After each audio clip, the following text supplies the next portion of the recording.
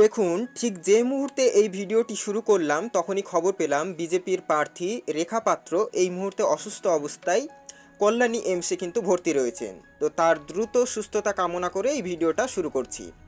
তো আজকের যে ভিডিওর মূল বিষয়বস্তু সেটা হচ্ছে বসিরহাট লোকসভা কেন্দ্র এবং এই কেন্দ্র থেকে কে জিততে পারেন তার আগাম সমীক্ষা কিন্তু আপনাদের সামনে তুলে ধরছি।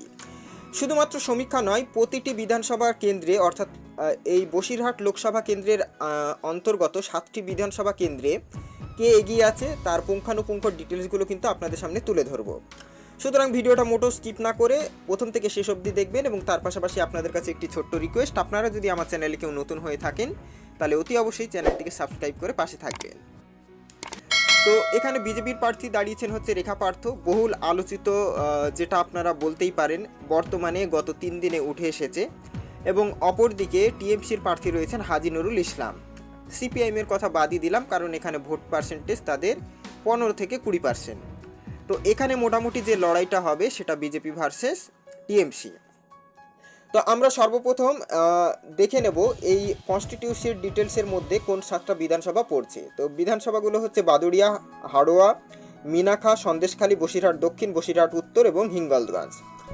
তো সত্য হলেও মেনে নিতে হবে, কারণ এই 7টি কেন্দ্রে কিন্তু টিএমসির প্রার্থী লিড রয়েছে বিধানসভার ভোটে, অর্থাৎ 2021-এ কত ভোটের লিড রয়েছে। এখানে পুনরায় কি আবার বিজেপি লিড করতে পারে কোন কোন কেন্দ্রে, তার সমস্ত তথ্যগুলো কিন্তু আপনাদের সামনে তুলে ধরছি। তো সর্বপ্রথম আমরা দেখে নেব 2019-এর লোকসভা কেন্দ্রে এখানে কি কত পার্সেন্ট ভোট পেয়েছিল। তো এআইটিসি অর্থাৎ অল ইন্ডিয়া তৃণমূল কংগ্রেস সেখান থেকে পেয়েছিল 54.9% ভোট।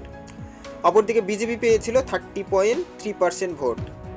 আইএনসি অর্থাৎ ইন্ডিয়ান ন্যাশনাল কংগ্রেস পেয়েছিল 7.3% ভোট। সিপিআই পেয়েছিল 4.8% ভোট। তো আশা করি আপনারা দেখলেই বুঝতে পারছেন। এবং পাশাপাশি বহুজন সমাজবাদী পার্টি অর্থাৎ 0.03% ভোট কিন্তু পেয়েছিল। এক্ষেত্রে আপনারা দেখতে গেলে প্রায় 24% ভোট কিন্তু তৃণমূল কংগ্রেস বেশি পেয়েছিল। তবে এবার জেতার চান্স কতটা সেটাও কিন্তু আপনাদের সামনে তুলে ধরছি। বাস্তবে মেনে নিতে হবে সেটা হচ্ছে যে এখানে প্রায় টিএমসির লিড হচ্ছে 3.5 লাখ।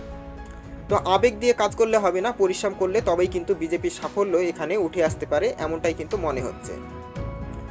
তো আপনারা দেখতে পাচ্ছেন নুসরাত জাহান এখান থেকে ভোট পেয়েছিলেন 7,82,078 এবং সায়ন্তন বসু বিজেপির প্রার্থী ভোট পেয়েছিলেন 4,31,709।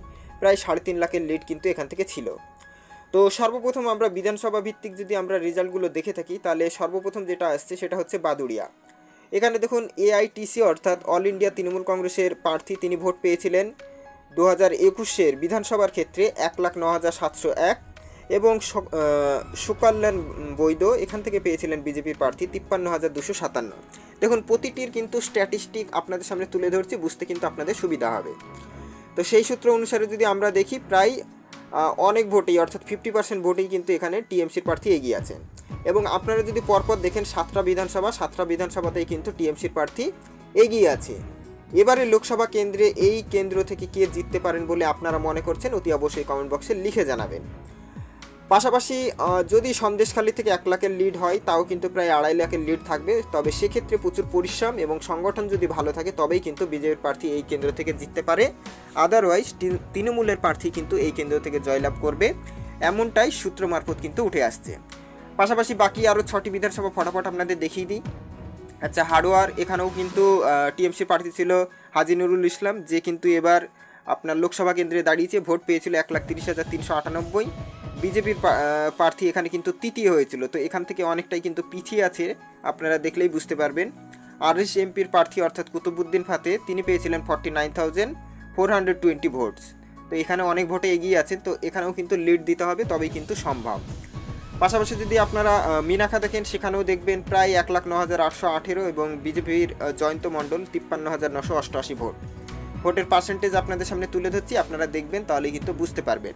মিনাকার পর আমরা সন্দেশখালে চলে যাচ্ছি। এখানেই একমাত্র একটু বিজেপির ভালো ফলাফল অর্থাৎ টক্কর হয়েছিল, তবুও কিন্তু এখানে এআইটিসি অর্থাৎ তৃণমূল কংগ্রেসই কিন্তু এগিয়ে ছিল। 1,12,450 ভোট পেয়েছিল তৃণমূলের সুকান্ত মাহাতো এবং বিজেপি প্রার্থী পেয়েছিল 72,765। এই কেন্দ্র থেকে আশা করা যায় যে বিজেপির প্রার্থী কিন্তু এগিয়ে থাকবে, এমনটাই কিন্তু সূত্র মারফত যে সমীক্ষা তাতে উঠে আসছে। সন্দেশখালীর পর আমরা চলে যাব হচ্ছে বসিরহাট দক্ষিণ। এখানেও কিন্তু তৃণমূলের প্রার্থী এগিয়ে আছেন, আপনারা দেখলেই ভোট পার্সেন্টেজ দেখতে পারবেন। কিন্তু পার্থক্য কিন্তু খুব একটা নেই, কারণ বিজেপির প্রার্থী 91,405 ভোট কিন্তু এখান থেকে পেয়ে অনেকটাই কাছাকাছি কিন্তু এসেছেন। পরবর্তী যে সিটটা সেটা হচ্ছে বসিরহাট উত্তর। এখান থেকেও আপনারা কিন্তু দেখতে পাচ্ছেন ভোটের ব্যবধান কিন্তু যথেষ্ট বেশি টিএমসির, এবং বিজেপি কিন্তু এখান থেকে 3 নম্বরে লিড করছিল, যদিও আরএসএমপি প্রার্থীর থেকে সামান্য কিছু বেশি। আচ্ছা, পরবর্তী যেটা সিট হচ্ছে সেটা হচ্ছে আপনার হিঙ্গলগঞ্জ, এবং এটাই কিন্তু লাস্ট বিধানসভা। এখানেও কিন্তু দেবেশ মণ্ডল এআইটিসি তিনি ভোট পেয়েছিলেন 1,04,706। নিমাই দাস বিজেপি প্রার্থী পেয়েছিলেন 79,790। তো মোটামুটি এখানেও কিন্তু বিজেপির প্রার্থী এবার এগিয়েই থাকবে, এমনটাই কিন্তু সূত্র মারফত জানা যাচ্ছে। মোটমাট ওভারঅল যে সমীক্ষা উঠে আসছে তাতে কিন্তু ভালো একটা ফলাফল, ভালো একটা সংগঠন এবং ভালো প্রচারের মাধ্যমে তবেই কিন্তু বিজেপির জেতার সম্ভাবনা এখানে থাকছে। আদারওয়াইজ এখান থেকে কিন্তু টিএমসির প্রার্থী জয়লাভ করবে, এমনটাই কিন্তু সূত্র মারফত উঠে এসছে। তো এই রকমই আগামী দিনেও 42টা কেন্দ্রের সম্পূর্ণ সঠিক তথ্য দিয়ে আপনাদের সামনে তুলে ধরবো কে কোন কেন্দ্র থেকে জিততে চলেছে।